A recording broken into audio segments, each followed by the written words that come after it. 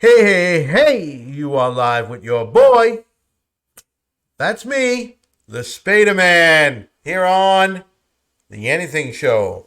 That's my channel, The Anything Show. Thank you for either coming to see what this guy's going to say or this guy's going to play. It could be anything. I mean, my preference is usually rock or heavy metal or something of that nature. And actually, it does hold true. Tonight, it will be something old school rock or heavy metal. In fact, I'm going to profile something, an artist that is just so near and dear to me. I love this artist. I just can't get enough of him. He is the godfather of heavy metal, I would consider. Definitely have to consider him the godfather. The Prince of Darkness himself, Mr. Ozzy Osbourne. Who don't love Ozzy? Ozzy is amazing. The man is like a 9-live cat. He just keeps going. He's like the Energizer Bunny. He just keeps going and going and going, just yelling, Sharon! Sharon! In the process. I mean, the guy is probably should have been dead 10 times over. But he's still alive. And he's actually still putting out music. Amazing. He just put an album out this year. That's amazing. I loved most of the songs off of it. They're all great old school Ozzy type songs. Ozzy was great. He started off as a young guy in Black Sabbath, but you know, Black Sabbath was as influential as it gets in rock and roll. They influenced so many artists. And then Ozzy decides to leave Black Sabbath at the, what I would almost consider still really at the height of their career. But the drugs and everything else sort of just, he needed to get away from that. And apparently they kicked him out of the band. He just didn't know what to do with himself. Except for start your own band and just keep rocking. Rocking so long and hard. He's been doing it by himself for over 40 years. The man is just incredible. Well, I'm going to profile something off his first solo album. In fact, I'm a huge fan of this album. Blizzard of Ozz came out 40 years ago this year. In fact, I've loved it since I'm about 12. You could probably tell now how old I am. So I don't like to reveal my age. Although, you know, a man should never reveal his age. I guess, no, maybe that's a woman. But regardless, Blizzard of Ozz is fantastic. I love it. And I am going to profile the last track off this album. I mean, there are so many great songs on this album. Hits, in fact, that have stand the test of time, that are play on radio still today. But this track is a favorite of mine. And I love it just because of the guitar work and the bass work in this.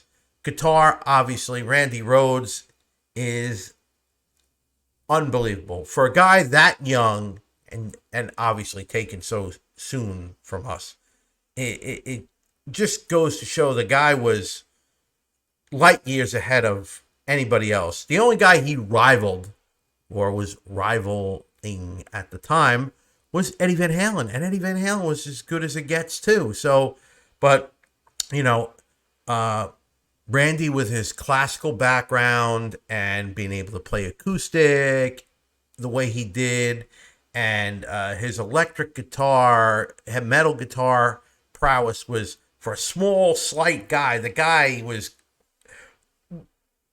carried an axe 10 times the size of his stature. But with that all that being said, I'm going to stop yapping, and I'm going to play for you the song that I'm going to profile. It's called Steal Away the Night, and I love this tune. So hopefully you'll love it as much as I do. With that, I'm going to play it. So I'm going to put my headphones on, and we're going to get to the song.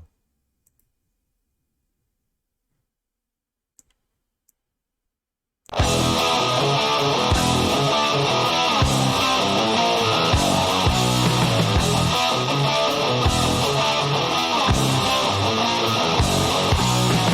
I feel the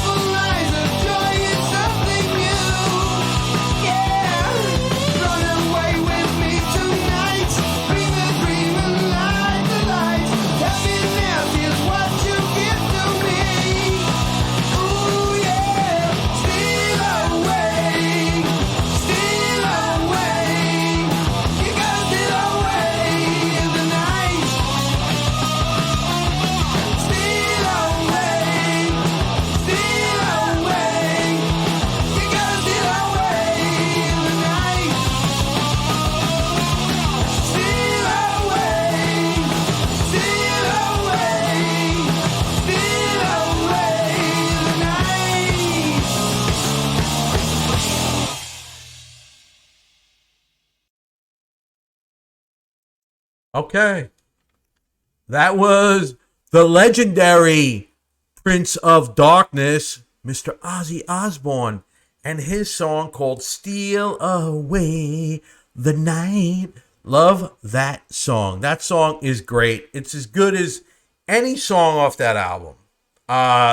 Randy's guitar work is legendary status in this song. I mean, his just speed, the way he is on the fretboard is just amazing. And then I know there was some controversy in regard to this album when they reissued it back in 2002. Obviously, he had a couple different guys in the band. He had Robert Trujillo in the band. He had a different drummer, Mike Borden. He reissued it and he redid all the bass and the drums in it. And there was a lot of people that didn't like the fact that he did that. And so he took all the stuff that those guys did and reissued again with the original people in the band. Bob Daisley, his bass on that song is so good. And every song on the album, I mean, it was outstanding. But apparently Bob didn't, and he wrote a lot of the stuff on that album from what if I'm not mistaken. And then Lee Chris Lake was on drums, and Lee was with him for quite a while. I think Bob actually was only with him just on the one album. I'd have to really look that up. But with all that being said, what did you think of Steal Away the Night? I mean, granted, there are a lot of great songs on that album. And I mean, some of the songs are some of my favorite songs on that album. Obviously, the first song on the album, I Don't Know, I love that tune. That's one of those tunes that I just, it's as good as, like I said, every track on the album. And of course, the legendary Crazy Train. That song is 40 years old and it sounds like it was just created today. That's how good it is. Then there's Mr. Crowley. Then there's another favorite of mine that I love that doesn't get a lot of play. It's called No Bone Movies. Love that song. It's sort of like got a, it's just got an amazing sound. And then obviously Dee and Randy's acoustic guitar is amazing. And then one of the biggest songs on the album that came with a lot of controversy was Suicide Solution. And it was all the thing about kids at the time were committing suicide and, the whole parents should watch what their kids are listening to. And Ozzy was a bad influence and biting the heads off of bats. And it was all a big act. It was, obviously he's trying to sell albums and he's trying to make himself outrageous and whatever, and a personality, and good press, bad press, it's all press. And a lot of times when you're in this industry, that's all you got to do is you just trying to get your name out there. So unfortunately he got a bad rap when it came to the song because people thought it was kids were listening to it and using it as a guide to how you kill yourself. But I don't want to down the getting on a on a bad thing here in regard on the channel. I don't like talking about politics and stuff like that. It's sort of a little depressing. But I understand it's a huge problem, especially nowadays. You see what everybody with the pandemic is going through similar issues. So it's something that shouldn't be downplayed. But I don't think music is the thing that, although music has a profound effect on a lot of people, I don't think that's the reason why that song shouldn't have been as notorious as it was for that alone. But I will just leave it at that. And with that being said, there are a couple of things I want to say. Leave a comment. Right down. Yeah, it's right down there. Put a comment in there. If you like the song, you like me. I mean, there was no video, so it was just the song. So if you like the song, you love Ozzy, hit the like button, which is right here. And also, if you like me, that's great. Hit the like button. I love it. And if you want to keep coming back to see this face, or hear what this guy's got to say or what this guy's got to play, hit the subscribe, which is right down there. There's a subscribe button. Tap the subscribe and also hit the little bell that will alert you to, if you subscribe to my channel, it will alert you as to when I play a new video, or I'm profiling something, or just talking about nothing, or talking about anything, just like the channel says it is.